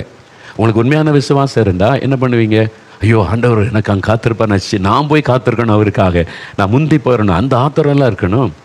பிந்தி மெதுவாக அப்படியே பார்த்துக்கிட்டு சர்ச்சில் நிர்விசாரம். அப்போ என்ன அர்த்தம் யோசித்து பாருங்கள். அப்போ நீங்கள் தேவனை துதித்து கொண்டே இருந்தால் அவருடைய பிரசன்னத்தை எல்லாம் பெர்ஃபெக்டாக நடக்கும். உங்களுடைய ஆவிக்குரிய வாழ்க்கை வித்தியாசமாக இருப்பதை நீங்கள் உணர முடியும். அப்போ ஆரம்பத்தில் ஆண்டவரை துதிக்கணும், முடிவிலையும் ஆண்டவரை துதிக்கணும். இந்த ரெண்டுமே முதலாவது துதி, தேவன் நம்முடைய பிரசன்னத்தில் இருக்கிறார், நம்மை கவனிக்கிறார், என் ஜெபத்தை கேட்கிறார் என்கிற விசுவாசத்தை வெளிப்படுத்தும். கடைசியில் நீங்கள் துதிக்கும் போது என் ஜெபம் கேட்கப்பட்டது, ஆண்டவர் பதில் தருகிறார், நான் அற்புதத்தை பார்க்க போகிறேன் என்கிற விசுவாசத்தை வெளிப்படுத்துவார். எவ்வளோ முக்கியம் இல்லை? அப்போது தேவனை துதிக்கிறதுல இவ்வளோ காரியம் இருக்குது. சும்மா தோத்திரம் சொல்லிக்கிட்டு இருக்கிறதில்ல. அவர் கூட இருக்கிறார், அவரை பார்த்து நான் ஸ்தோத்திரம் சொல்கிறேன், ஆண்டவர் அதை பார்த்து மகிழ்ச்சி அடைகிறார். ஆண்டவரே உமக்கு ஸ்தோத்திரம், இங்கே இருக்கிறீங்க, உங்கள் பாதத்தில் நான் இருக்கிறேன்னு துதிக்கும் போது அவர் சந்தோஷமாக அந்த துதி ஸ்தோத்திரத்தை ஏற்றுக்கொள்வார். ஒரு ஆளை பார்த்து பிரைஸ் எல்லாம் சொல்லும்போது அவர் மகிழ்ச்சியாக சொன்னால் தானே உங்களுக்கு சந்தோஷம். அப்போ நீங்கள் ஆண்டவரை பார்த்து ஸ்தோத்திரம் ஆண்டவரே, இந்த ஆராதனையில் எங்கள் கூட நீங்கள் இருக்கிறீங்க, உங்கள் பாதத்தில் நான் வந்திருக்கிறேன், என் ஜெபத்தை கவனிக்கிறீங்க, உங்களுக்கு ஸ்தோத்திரம்னு சொல்லும்போது அவர் மகிழ்ச்சியோடு அதை ஏற்றுக்கொள்வதை உங்களுடைய ஆவியில் உணர முடியும். உங்களால் உணர முடியுதா? உங்களுடைய ஆவியில் உங்கள் பக்கத்தில் இயேசு இருக்கிறாரு, அதை கவனிக்கிறார் என்பதை உணர முடியுதா? அப்படி இல்லாட்டா நீங்கள் தோத்திரம் சொல்கிறது அர்த்தம் இல்லை. சும்மா புக்கையை வாசித்துக்கிட்டு அப்படியே நடந்துக்கிட்டே இருந்து பிரயோஜனம் இல்லை. அதனால் தயவுசெய்து குழந்தைகளாயிராதங்க, அடுத்த லெவலுக்கு போங்க. ஆரம்ப நாட்களில் நீங்கள் கற்றுக்கொள்வதற்கு அதெல்லாம், அதன் பிறகு வித்தியாசமாக. அதனால தான் சொல்ல, நான் ஜெப குறிப்பெல்லாம் தேசத்தை குறித்து சொல்லும்போது இதை நீங்கள் வாசிங்க, அதை உள்வாங்கிக் கொள்ளுங்கள். கொஞ்ச நாள் அதை சொல்லி ஜெபிப்பீங்க, அதன் பிறகு அது தேவை இருக்காது. நீங்கள் இருதயத்துலேருந்து அப்படி ஒவ்வொன்றா கருத்தாக ஜெபிக்க ஆரம்பிச்சிருவீங்க. இந்த மாதிரி ஆவிக்குரிய வாழ்க்கையில் வளரணும். அப்படி தான் துதிக்கிற காரியத்திலும். சரியா? இப்போது இந்த ஜெபத்தில் நம்ம அறிந்து கொண்டபடி ஆண்டவரை துதிக்கிறோம், விசுவாசத்தை வெளிப்படுத்துகிறோம். இப்போ அன்னாளுடைய வாழ்க்கையில் பாருங்கள், 1 சாமுவேல் 1ஆம் அதிகாரம் 18வது வசனம் நீங்கள் பார்த்தீங்கன்னா, அன்னாள் முதல்ல கண்ணீரோடு வந்து ஜெபிக்கிறாள். முதல்ல அவளுக்கு மனம் கசந்து அவள் அழுது ஜெபித்தாள். நான் மனை கிளேசமுள்ள ஒரு ஸ்திரீ அப்படிலாம் சொல்லுவதை நம்ம பார்க்குறோம். 18வது வசனத்தில் பாருங்கள், 1 சாமுவேல் 1ஆம் அதிகாரம் 18ஆம் வசனம். அப்பொழுது அவள், உம்முடைய அடியாளுக்கு உம்முடைய கண்களில் தயை கிடைக்க கடவுது என்றாள். பின்பு அந்த ஸ்திரீ அந்நாள் புறப்பட்டு போய் போஜனம் செய்தாள். அப்புறம் அவள் துக்கமுகமாய் இருக்கவில்லை. அதன் பிறகு அந்நாள் துக்கமுகமாக இருக்கலை. எப்பவும் துக்கமுகமாக அழுமுஞ்சா இருக்கிற அந்நாள் இப்போ சந்தோஷமாக இருக்கிறா. இவன் கேட்குறாங்க, அந்நாள் நீ எப்பவும் அழுதுகிட்டே இருப்ப, எப்போ பார்த்தாலும் அப்படியே உன்னை பற்றியே ஒரு பஞ்சப்பாட்டு பாடிக்கிட்டே இருப்பேன், எனக்கு ஆண்டவர் நேசிக்கலை, எனக்கு யாரும் இல்லை, எனக்கு நின்று அவமானு சொல்லிக்கிட்டே இருப்பேன், சந்தோஷமாக இருக்கேன். என்ன, நான் ஜெபம் பண்ணல, ஆண்டவர் என் ஜெபத்தை கேட்டுட்டார்ல. அப்படியா? அப்போது நீ கர்ப்பவதி ஆயிட்டியா? ஆண்டவர் தரப்போகிறார்ல, நான் பெற்றுக்கொள்ள பண்ணல, ஜெபத்துக்கு பதில் கொடுத்துட்டார்ல. அந்த விசுவாசத்தை வெளிப்படுத்துவது சந்தோஷத்தினால். சந்தோஷம் ஆண்டவரை துதிக்கும் போது நம்முடைய விசுவாசத்தை வெளிப்படுத்துகிறோம். அப்போ அந்த விசுவாசத்தை தேவன் கனப்படுத்துவார். இன்னும் ஒன்றும் நடக்கலை. அதன் பிறகு துக்கமுகமாக இல்லாமல் சந்தோஷமாய் பதில் சொல்லும் போது தேவன் அதை கவனிக்கிற, இந்த மகள் என் மேலே எவ்வளோ விசுவாசம் வைத்திருக்கிறாள், அந்த விசுவாசத்தை நான் கனப்படுத்தணும்னு சொல்லி ஆண்டவர் அற்புதம் செய்து விடுவார். இது அன்னாளுடைய வாழ்க்கையில். அது பிறகு துக்கமாக இருக்கலாம், என்ன அர்த்தம்? சந்தோஷமாக இருந்தா. அப்போ சந்தோஷம் நம்முடைய விசுவாசத்தை வெளிப்படுத்துகிற ஒரு காரியம். சந்தோஷமாக இருப்பார். அன்னால ஏன் சந்தோஷமாக இருக்கு? நான் விசுவாசிக்கிறேன், என் கண்ணீரை ஆண்டவர் கண்டார், இனி நான் அழ போகிறதில்லை, ஜெபத்துக்கு அவர் பதில் கொடுத்துட்டார், நான் விசுவாசிக்கிறேன், அதனால் நான் சந்தோஷமாக இருக்கிறேன். அப்போ மன மகிழ்ச்சியாக ஆண்டவரை துதித்து கொண்டே இருக்கும்போது விசுவாசத்தை வெளிப்படுத்தி கொண்டே இருக்கிறீங்க. தேவன் அதை பார்த்து உங்களுடைய விசுவாசத்தை கனப்படுத்தும்படி அற்புதம் செய்வார். அது ரொம்ப முக்கியமான. அதனால தான் 37ஆம் சங்கீதம் 4ஆம் வசனம் பாருங்களேன். 37ஆம் சங்கீதம் 4வது வசனத்தில் என்ன சொல்லியிருக்கிறது? நீ கர்த்தரிடத்தில் மன மகிழ்ச்சியாயிரு, அவர் உன் இருதயத்தின் வேண்டுதல்களை உனக்கு அருளி செய்வார். 37ஆம் சங்கீதம் 4வது வசனம் பாருங்கள். அது 692 பக்கம். கர்த்தரிடத்தில் மன மகிழ்ச்சியாயிரு, அவர் உன் இருதயத்தின் வேண்டுதல்களை உனக்கு அருள் செய்வார். நீ மன மகிழ்ச்சியாக இருந்தால் தான் அவர் அருள் செய்ய முடியும். உன் மன மகிழ்ச்சி எதை வெளிப்படுங்க? துதித்து கொண்டே சந்தோஷமாக அப்படியே பாட்டு பாடி அவரை துதித்து கொண்டே சந்தோஷமாக இருக்கிறீங்கன்னா எதை வெளிப்படுத்துகிறது? கர்த்தர் மேல் வைக்கிற விசுவாசத்தை. அப்போது ஆண்டவர் சொல்கிறாரு, உன் இருதயத்தின் வேண்டுதல்கள் உனக்கு அருள் செய்யப்படும், கர்த்தர் அதை அருளி செய்வார். அப்போ அது காரியம் நடக்கும். நீங்கள் எப்போ அழுமுஞ்சாவே அழுதுகிட்டு, என் வாழ்க்கை மட்டும் இப்படியே இருக்குது, எனக்கு மட்டும் ஆண்டவர் ஒன்றுமே பண்ணலை, நான் என்ன பாவம் செய்தேன், என் மட்டும் எனக்கு இப்படி நடக்குது, எப்போவும் அழுமுஞ்சா இருக்கிறது. இதாவது சிலர் இப்படி அழுமுஞ்சாவே இருந்து மற்றவங்களுடைய பரிதாபத்தை சம்பாதிக்க நினைப்பது, அது அற்புதத்தை கொண்டு வராது. சிலர் காயப்பட்ட உள்ளத்தோடு அழுகிறது வேற. அந்நாள் முதல் அழுதா. சிலர் மற்றவங்களுடைய பரிதாபத்தை சம்பாதிக்க அழுதுகிட்டே இருப்பாங்க. 2க்கு வித்தியாசம் இருக்கிறாரு. உண்மையாக காயப்பட்ட உள்ளத்தோடு ஆண்டவிட்டு அழுவது அது வேறு. சிலர் நான் பார்த்த ஊழியத்தில் சிலர் கண்ணீர் வடி சொன்ன இருதயம் நொறுங்கிற, ஐயோ இந்த மகன் அழுகிறாங்களே ஆண்டவரே, நம்முடைய இருதயம் அந்த பாரம் அடைஞ்சிரும். சிலர் ரொம்ப அழுவாங்க, இருதயத்தில் பாரமே வராது. நான் ஆரம்பத்தில் யோசித்தேன், என்ன ஆண்டவரே, ஒருத்தர் அழுதா பாரம் வருது, மனதுருக்கம் வருது, நாம் அவங்க கூட சேர்ந்து அழுது ஜெபிக்கணும்னு தோணுது. ஒருத்தர் இவ்வளோ கண்ணீர் விட்டு அழுகிறாங்க, அவங்க மேலே ஒரு மனதுருக்கம் வரமாட்டேங்குது, அப்படி ஜெபம் வரமாட்டேங்குது, என்ன ஆண்டவரே. ஆரம்பத்தில் ரொம்ப கஷ்டப்பட்ட, உண்மையில் 2க்கு வித்தியாசம் தெரியாமல். அப்போ ஆண்டவர் சொன்னார், மகனே, அவங்க உண்மையான பாதிக்கப்பட்ட உள்ளத்தோடு கண்ணீரோடு நிற்கிறாங்க, அந்த பாரம் உன்னை தாக்குது, உனக்குள்ள அந்த மனதுருக்கம் வருது, நீங்களோட இணைந்து ஜெபிக்கிறேன். இவங்க அழுகிறது ஒரு பரிதாபத்தை சம்பாதிப்பதற்கு அழுகிறாங்க. இது உண்மையான காயத்திலேருந்து வந்த கண்ணீர் அல்ல. எல்லாரும் எனக்கா பரிதாபப்படணும் அப்படின்னு அழுகிற அழுகை. அதனால் அற்புதமாக நடக்காது, பதிலும் கொடுக்க முடியாது. இது அவங்களே ஏமாற்றி கொள்கிற காரியம். இதே ஆண்டவர் எனக்கு விளக்கி காண்பேன். அதுக்கப்புறம் தான் எனக்கு யார் மேலேயாவது மனதுருக்கம் வரலன்னு நான் வருத்தப்பட மாட்டேன். உண்மையாக பாரம் உண்டு ஆண்டோடைய சமத்தில் அவங்கள பார்த்த உடனே ஒரு மனதுருக்கம் வந்துடும். அவங்க அழுத உடனே நம்ம கண்ணில் கண்ணீர் வந்துடும். அந்த பாதிப்பு நமக்கு நல்லா தெரியும் ஆவியில். ஆனால் சிலர் ரொம்ப அழுவாங்க, அவ்வளோதான், கண்ணீரும் வராது, அவங்களுக்கு குறித்த பாரமும் வராது. அதனால நீங்கள் ஆண்டவருடைய சமூகத்தில் வரும்போது நீங்கள் சும்மா நடிப்புக்காக அழுகிறதெல்லாம் ஆண்டவருக்கு தெரியும். அதுக்கு ஆவியினால் நடத்தப்படுற ஊழியக்காரங்களுக்கும் தெரியும். அதனால் இப்போ அந்நாள் பாருங்கள், உண்மையாக மனகசந்து அழுதாள், இப்போ அழுவதில்லை, ஒரு சந்தோஷம். இப்போ என்ன, ஆண்டவர் என் ஜெபத்துக்கு பதில் கொடுத்து விட்டார், நான் பதிலை பெற்றுக்கொண்டு விட்டேன், விசுவாசத்தை வெளிப்படுத்துகிறாள், ஆண்டவர் அற்புதம் செய்ததை பார்க்கிறார். அதனால தான் கர்த்தரிடத்தில் மன மகிழ்ச்சியாக இரு. ஒரு காலத்தில் அழுத, இப்போ மன மகிழ்ச்சியாக இருக்கிறேன், ஏன்னா என் ஜெபத்துக்கு ஆண்டவர் பதில் தந்து விட்டார், ஒரு அற்புதத்தை பார்க்க போகிறேன் என்பதை வெளிப்படுத்துவது. நீங்கள் வேதத்தில் 2 நாளாகமும் 20 அதிகாரம் பாருங்கள். 2 நாளாகமும் 20 அதிகாரம் எடுங்க. அது 564 பக்கம் பழைய ஏற்பாட்டில். யோசபாத் என்கிற ராஜா, அவருக்கு விரோதமாய் 3 ராஜாக்கள் யுத்தம் பண்ண வர்றாங்க, பெரிய சேனையோட.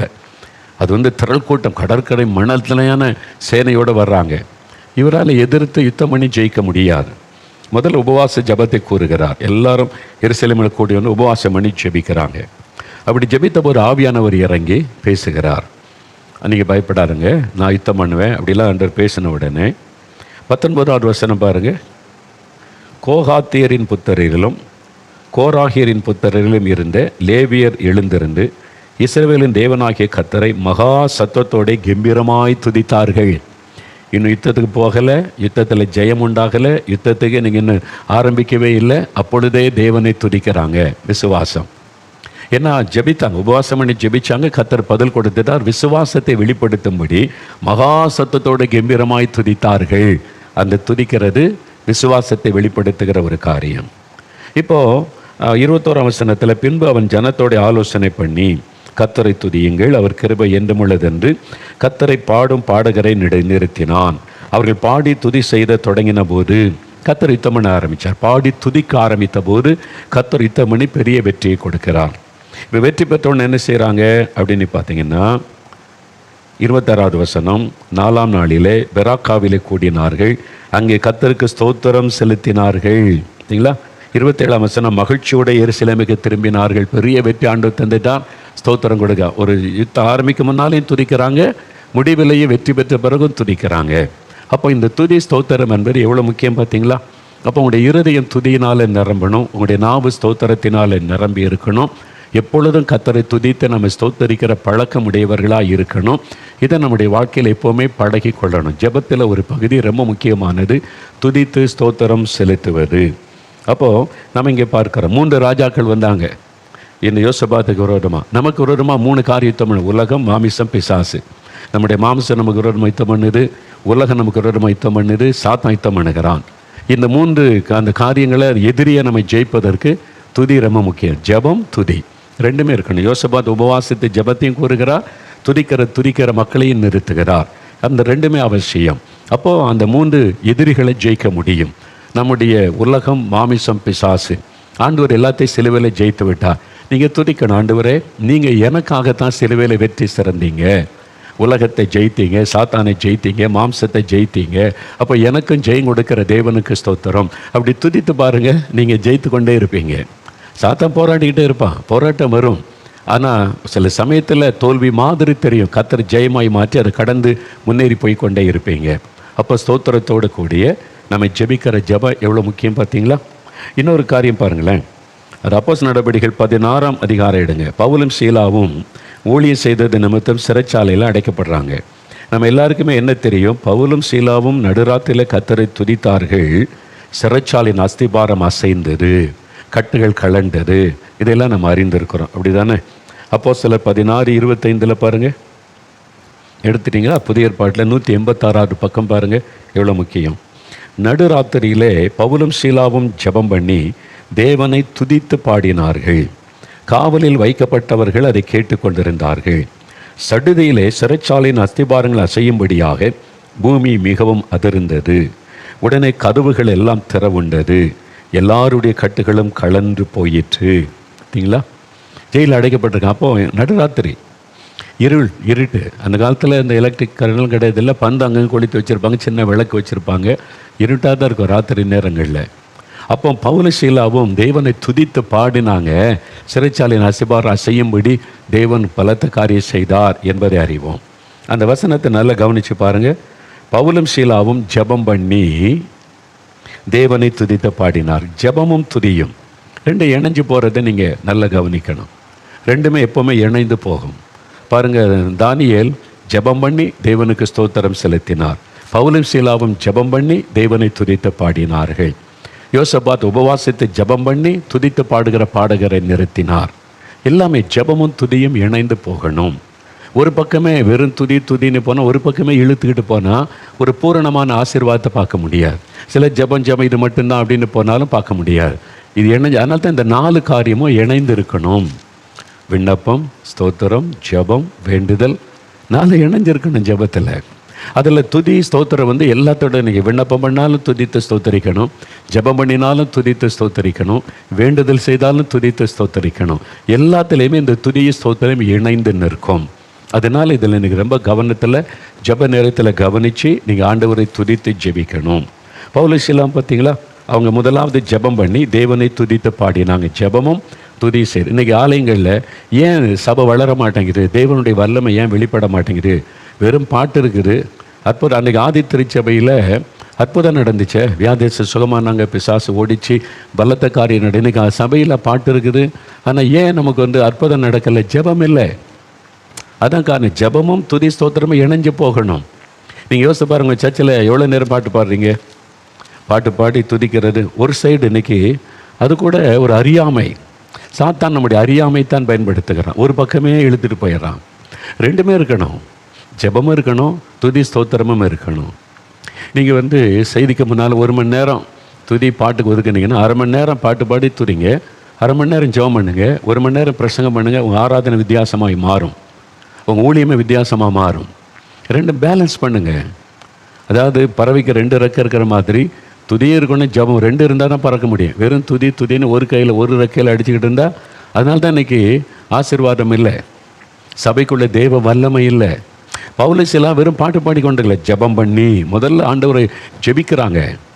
என்ன ஜெபிச்சிருப்பான்னு யோசித்து பாருங்கள். ஆண்டவரை உமக்காக அடிபடுவது பெரிய பாக்கியம், உம்முடைய சுவிசேஷத்தை நிமித்த இந்த பாடு வந்ததற்காக உமக்கு ஸ்தோத்திரம். ஆண்டவரை துதித்து ஜெபிச்சு, அப்புறம் எங்களை அடித்தவங்களை மன்னியும், அவங்களுக்கு வெளிப்படுத்தும், இதெல்லாம் ஜெபம் பண்ணிவிட்டு துதித்து பாடுறாங்க. அப்போ தான் தேவனுடைய வல்லமை வெளிப்படுகிறது. உங்கள் சபையில் ஏன் வல்லமை வெளிப்பட மாட்டேங்குது? வெறும் பாட்டு இருக்குது, அப்புறம் காணிக்க ஒரு பிரசங்கம், அவ்வளோதான். இன்றைக்கி ஆராதனையில் அற்புதம் நடந்துச்சா? ஞாயிற்றுக்கிழமை தோறும் ஆராதனையில் அற்புதம் நடக்கணும். அற்புதம் நடக்கணும். வியாதேச சுகமடைன்னு பிசாசு ஓடன்னு அற்புதம் நடக்கணும். அதுக்கு 2ஐயும் பேலன்ஸ் பண்ணுங்கள். ஜெபமும் துதியும் இணைந்து போகணும். வெறும் துதி மாத்திரம் பாட்டு பாடிக்கிட்டு இருந்தால் அது தாளாட்டுற மாதிரி இருக்கும், அவ்வளோதான். ஜெபந்தான் இன்னும் பிசாசை நட்டுக்க பண்ணும். ஜெபமும் துதி சேரும்போது அது பவர்ஃபுல்லாக இருக்கும். அதுதான் தேவனுடைய வல்லமையை சபைக்குள்ளே விளங்க பண்ணும், ஊழியத்தில் வல்லமையை விளங்க பண்ணும். மறந்துடுறாங்க. இப்போ நம்ம கேம்பஸில் பாருங்கள், ஒரு பக்கம் 24 மணி நேரம் ஜெபம் நடக்கிறார். ஜாமக்காரன் ஜெபம் தேசத்துக்கு. அதில் கூட 1/2 மணி நேரம் பாட்டு பாடி துதிப்போம், 1 மணி நேரம் ஜெபம், 1/2 மணி நேரம் ஆண்டவரை துதிப்பது, 1 மணி நேரம் ஜெபம். அப்படி தான் ரெண்டுமே இணைந்து போகும். அப்போ ஒரு பக்கம் ஜெபம் அதிகமாகிட்டே இருக்குது. அது மட்டும் இல்லை, இன்னொரு பக்கம் பார்த்தீங்கன்னா 24 மணி நேரமும் துதி ஆராதனை அதுவும் இருக்கிறது. இந்த கேம்பஸுக்குள்ளே ரெண்டுமே இருக்கிறதுனால அந்த தேவ பிரசனமும் தேவனுடைய பலமாய் வெளிப்படுகிறது. அற்புதங்கள் அடையாளங்கள் நடக்கிறதை பார்க்குறோம். இந்த கேம்பஸுக்குள்ளே வந்தோடனே யாருமே ஒன்று சேட்ட கூட பிசாசு ஓடுது, வியாதேச சுகமாகன்னு சொல்கிறாங்க. நான் உள்ளே வந்தேன், யாரும் தொட்ட மாதிரி இருந்துச்சு, பிசாசு போயிட்டு விடுதலை. எப்படி? தேவ பிரசன்னம். அப்போ அதுக்கு காரணம் இங்கே 24 மணி நேரமும் ஜெபமும் நடக்கு, 24 மணி நேரம் துதிக்கிறத நடக்கு. ரெண்டும் இருந்தால் தான் உங்கள் சபையில் தேவனுடைய வல்லமை வெளிப்பட முடியும். அதனால் உங்களோட ஆராதனை முறையில் சும்மா அவங்க பண்ணுறாங்க, இவங்க பண்ணுறாங்க, வெளிநாட்டு எப்படி பண்ண, அதை பார்த்து காப்பிலாம் அடிக்காதங்க. அப்படி எங்கே இருக்குது? பைபிளில் என்ன சொல்லியிருக்குன்னு பாருங்கள். உங்களுடைய ஆலயத்துக்கு என்ன பெயர் கொடுத்துருக்கு? ஏசு என்ன சொல்கிறாரு? என்னுடைய வீடு சகல ஜனங்களுக்கு என்ன வீடு? துதியின் வீடுன்னு சொன்னாரா? ஜெப வீடு. ஜெபத்துக்கு தான் அதிக முக்கியத்துவம் கொடுக்கும். இயேசு எதை குறித்து அதிகம் பேசுகிறாரோ அதுக்கு அதிக முக்கியத்துவம் கொடுக்கணும். இடைவிடாமல் ஜெபம் பண்ணுங்க, சொந்து போகாமல் ஜெபம் பண்ணுங்க, எப்பொழுதும் ஜெபம் பண்ணி விழித்திருங்க. ஜெபத்தை பற்றி அதிகம் பேசுகிறார். அப்போ துதிக்க கூட துதிக்கணும். அப்போ துதிக்கிறதை பற்றி ஆண்டவர் ஜெபத்தில் சொல்லி இருக்கிறாரே. அப்போ துதி ஒரு பகுதி. இன்னும் 3 விதமான ஜெபம். 4 ஒரு பகுதி தான் துதி ஸ்தோத்திரம். அதன் இன்னும் 3 பகுதி விண்ணப்பம் பண்ணுவது, வேண்டுதல் செய்வது, ஜெபம் பண்ணுவது, இன்னும் 3 பகுதி. அப்போ எதுக்கு அதிக முக்கியத்துவம் கொடுக்குறீங்க? நம்ம வசனத்தின்படி செய்யாமல் யாரோ செய்கிறத பார்த்துட்டு அந்த பழக்கத்துக்குள்ளேயே வந்துட்டோம். எங்கே இருக்குது பைபிளில் ஆராதனை? இப்படி 1 மணி நேரம் பாட்டு பாடுங்க, அப்புறம் நீங்கள் பிரசங்கம் பண்ணுங்க அப்படின்னு எங்கேயாவது இருக்கிற பைபிளில் இல்லை. இது நாம் அமைத்து கொண்டது. ஆனால் பைபிளில் என்ன சொல்லியிருக்குது? வசனத்தில் ஆண்டவர் என்ன பேலன்ஸ் பண்ணுங்கள் எல்லாத்தையும். பொதுவாக ஒரு பகுதியை மட்டும் பார்த்து கொண்டு இருக்காருங்க. தாவீது பாட்டு பாடினார், இப்படி செஞ்சாருன்னு பழைய ஏற்பாட்டு காரியத்தை இப்போ பேசிக்கிட்டு இருக்காங்க. அந்த புதிய ஏற்பாடு இது அபிஷேகம், எழுப்புதல் காலம். தாவீதெல்லாம் ஆத்மாக்கள் ரட்சிக்கப்பட ஜெபிக்கலை, சத்துருக்களை பல்ல உடையும் அவங்களை அழிச்சு போடும் அப்படின்னு ஜெபிச்சார். புதிய ஏற்பாட்டில் ஏசு அப்படி கற்றுக் கொடுக்கல. மன்னிங்க, ரட்சிப்புக்காக ஜெபிங்க எல்லாருக்கும். அது புதிய ஏற்பாட்டு காலம். இன்னும் பழைய ஏற்பாட்டு காலத்தை சொல்லி கொண்டு காலத்தை ஓட்டாதங்க. ஏசு என்ன சொல்லுவார் அப்படின்னு பாருங்கள். ஏசு என்ன சொல்லுகிறார் அப்படின்னு கற்றுக்கொண்டு துதி, ஸ்தோத்திரம், ஜபம் பேலன்ஸாக நீங்கள் முக்கியத்துவம் கொடுங்க. அப்போ உங்களுடைய சபையில் அற்புதம் நடக்கும், உங்களுடைய ஊழியத்தில் அற்புதம் நடக்கும், கர்த்தருடைய மகிமை வெளிப்படும். அப்போது ஜனங்கள் கர்த்தருடைய வல்லமையை பார்ப்பாங்க. அதனால் இது ரொம்ப அவசியமான காரியம். பார்த்தீங்களா, பவுலுசீலாம் ஜபம் பண்ணி ஆண்டவரை துதித்து பாடினாங்க. இந்த ஜபத்தை விட்டுருவாங்க. நீ கேட்டு பாருங்கள், பிரசங்கத்தில் பவுலுசீலாவும் நடுராத்தில் பாட்டு பாடி துதித்தாங்க, இதை மட்டும்தான் சொல்லுவாங்க. பாதியை விட்டுருவாங்க. ஏன்னா நம்ம அப்படியே பழகிட்டோம். ஆனால் ஜபம் பண்ணினாங்க என்பது சொல்லப்படுகிறது. தானியேல் ஸ்தோத்திரமான ஜபம் பண்ணி ஸ்தோத்திரம் சொன்னார், அப்படிதான் இருக்கிறது. இயேசு ஜபமும் பண்ணினார், பிதா கிட்ட ஸ்தோத்திரமும் பண்ணி அவர் ஜபத்தின் மாதிரியை காண்பித்தார்.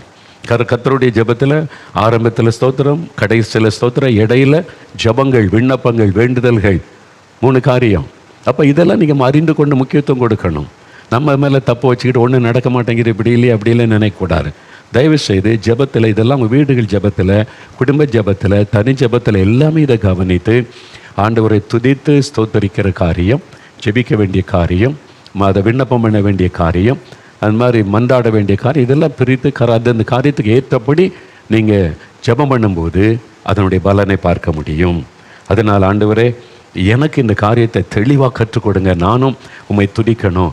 துதியின் ஆவியும் வேணும், ஜெப ஆவியும் வேணும். துதிக்கிற ஒரு அபிஷேகமும் வேணும், ஜெபிக்கிற அபிஷேகமும் வேணும். நான் துதித்து ஜெபிக்கணும், துதித்து ஸ்தோத்திரம் பண்ணி நான் யுத்த ஜெபம் பண்ணணும், துதித்து ஸ்தோத்திரம் பண்ணி நான் வேண்டுதல் செய்யணும், துதித்து ஸ்தோத்திரம் பண்ணி நான் விண்ணப்பம் பண்ணணும். அது மாதிரி கேளுங்க. அந்த மாதிரி வசனத்தில் சொல்லப்பட்டபடி உங்களுடைய ஜெப வாழ்க்கையை அமைத்து கொண்டீங்கன்னா உங்களுடைய ஜெப வாழ்க்கை வித்தியாசமாக இருக்கும். அதுதான் ரொம்ப சிம்பிளான காரியம். இப்போ ஜெபிக்க போகிறோம். முடிந்தால் அப்படியே முழங்கால் படிக்கிட்டு கொள்ளுங்க. ஆண்டவரை பார்த்து சொல்லுங்கள், ஆண்டவரே இந்த மாதிரி ஒரு அனுபவம் எனக்கு வேணும். நீங்கள் வேதத்தில் சொல்லி இருக்கிற மாதிரி 4 விதமான பரிமாண ஜெபம். ஆண்டவரே நான் விண்ணப்பம் பண்ணணும், வேண்டுதல் செய்யணும், ஜெபம் பண்ணணும், ஸ்தோத்திரம் பண்ணணும், ஆண்டவரை துதிக்கணும், இதெல்லாம் என்னுடைய ஜெப வாழ்க்கையில் எனக்கு இருக்கணும். அந்த மாதிரி எனக்கு தாங்க பாஸ்டர்மார்கள் சபையில் ஆண்டவரை நாங்கள் வெறும் பாட்டு பாடிக்கொண்டே காலத்தை போக்கக்கூடாது. முழங்கால் போடணும், ஜெபம் பண்ணி நாங்கள் துதிக்கணும், ஜெபம் பண்ணி ஸ்தோத்திரம் பண்ணணும். ஆண்டவர் இந்த மாதிரி பழக்கத்தை எங்கள் சபையில் உண்டாக்குங்க. ஜெபம் பண்ணி பாருங்கள், சபை வேகமாக வளரும். பாலிங்க சர்ச் உலகத்திலே பெரிய சர்ச்சுன்றோம்ல, லட்சக்கணக்கான பேர் ரட்சிக்கப்படுறாங்கல்ல. எப்படி அவங்க ஆராதனைக்கு நான் போயிருக்கிறேன். 7 வருஷம் தேசத்துக்கு போய் பார்த்துருக்குறேன். ஒவ்வொரு ஞாயிற்றுக்கிழமை ஆராதனைக்கு போனால் ஒரு 15-20 நிமிஷம் நல்லா துதித்து பாடுவாங்க. பாட்டு, மியூசிக் எல்லாம் ஒர்ஷிப் பண்ணுவார். அடுத்த ஒரு 20 நிமிஷம் எல்லாம் கதறி அழுது ஜெபிப்பாங்க, ஆவில நிரம்பி ஜெபிப்பாங்க. அதனால தான் சபை வளருகிறது. நீங்கள் வெறும் பாட்டுன்னு இதுக்குள்ளே போகிறதுனால, ஜெபம் இல்லாததுனால பலனை பார்க்க முடியலை. சிலர் வெறும் ஜெபம் போய் துதிக்கு இல்லாததுனாலையும் பலனை பார்க்க முடியல. பேலன்ஸ் பண்ணுங்கள். அதனால் தேவனை துதிக்கிறது ஜெபத்தில் முக்கியம். இப்போ எல்லோரும் அப்படியே முழங்கால் படியிடுங்க, அப்படியே கரம் வைத்து ஜெபம். ஆண்டவரை இந்த ஜெப ஆவியை எனக்கு தாரும், மன்றாட்டின் ஆவியை எனக்கு தாரும், துதி ஸ்தோத்திரம் என் நாவில் எப்போவுமே இருக்கணும். ஆண்டவரை நீங்கள் சொல்லிக் கொடுத்த மாதிரி நான் ஜெபிக்கணும். ஆண்டவரை எங்கள் சபையில் அந்த மாதிரி ஜெபம் இருக்கணும். கேளுங்க ஜெப ஆவியை தாங்க, துதியின் ஆவியை தாங்க, துதியின் ஆவியை தாங்க ஆண்டவரை, ஜெப ஆவியை தாங்க ஆண்டவரை. என்னை அப்படி நிரப்புங்க. நான் இனி ஜெப நேரத்தில் வேதத்தில் நீங்கள் சொல்லி இருக்கிற மாதிரி நான் ஜெபிக்கணும். ஆண்டவரை ஜெபங்களையும் விண்ணப்பங்களையும் வேண்டுதல்களையும் ஸ்தோத்திரங்களையும் பண்ணணும். எனக்கு கிருபை கொடுங்க. ஜோமனுங்க கேளுங்க. தகப்பனே, இந்த மகன் இந்த மகள் ஜெபிக்கிறாங்க. இப்பொழுது அவங்க மேலே துதியின் ஆவியை ஊற்றுங்க ஆண்டவரே. ஸ்தோத்திரம் பண்ணுகிற ஆவியை ஊற்றுங்க. அவங்களை துதியின் ஆவியினாலே நிரப்பி இரவும் பகலும் இடைவிடாமல் தேவனை துதிக்க ஸ்தோத்திரிக்க எப்பொழுதும் துதிக்கிற கிருபைகளை தாரும். ஜெப ஆவியை ஊற்றுங்க ஆண்டவரே. இடைவிடாமல் ஜெபிக்க எப்பொழுதும் ஜெபத்தில் விழித்திருக்க கிருபை தாரும். மன்றாட்டின் ஆவியை ஊற்றும், விண்ணப்பத்தின் ஆவியை ஊற்றும், போராடி ஜெபிக்க முடியாத அந்த அபிஷேகத்தை ஊற்றும். ஆண்டவரை நிரப்புங்க என்று சொல்லி நான் ஜெபிக்கிறேன். ஆண்டவரை ஒவ்வொரு ஊழியக்காரர்களை, சபை நடத்துகிற மெய்ப்பர்களை ஆண்டவரை சபையில் துதியும் ஸ்தோத்திரமும் ஜெபமும் இருக்க முடியாய் ஆவியானவர் நிரப்பி ஆட்கொள்ளுவீராக. ஆண்டவரை துதி ஸ்தோத்திரம் மாத்திரம் அல்ல, ஜெபிக்கிற சத்தம் எழும்பட்டும். ஆவிலை நிரம்பி ஜெபிக்கிற சத்தம் சபைக்குள்ள எழும்பட்டும். ஒவ்வொரு ஆலயங்களும் சபைகளும் ஜெப வீடாக மாறட்டும் என்று நான் ஜெபிக்கிறேன். துதிக்கவும் ஜெபிக்கவும் எல்லாருக்கும் கிருபை தாரும். இந்த இன்று முதல் எங்களுடைய வீடுகளிலே துதியின் சத்தம், ஜப சத்தம் கேட்கணும். ஆண்டவரே, எங்களுடைய ஆலயங்களிலே ஜப சத்தம், துதியின் சத்தம் கேட்கணும். ஆவியானவர் அந்த கிருபைகளை தாரும், அந்த அபிஷேகத்தை தாரும். ஒவ்வொருவரையும் நிரப்பி ஆட்கொள்ளுவீராக. இந்த மாதிரி ஜெபிக்கும்படியான ஜப ஆவி, துதியின் ஆவி நிரப்பட்டும் ஆண்டவரே. நிரப்பி நம்முடைய அன்பிற்காக ஸ்தோத்திரம், ஸ்தோத்திரம், ஸ்தோத்திரம். இயேசு கிறிஸ்துவின் நாமத்தில் ஜெபிக்கிறேன் பிதாவே. ஆமேன், ஆமேன். என் ஆத்துமாவே கர்த்தரை சோஸ்தரி, என் முழு உள்ளமே அவருடைய பரிசுத்தமுள்ள நாமத்தை சோஸ்தரி. என் ஆத்துமாவே கர்த்தரை சோஸ்தரி, அவர் செய்த சகல உபகாரங்களை மறவாதே. ஆமேன், ஆமேன்.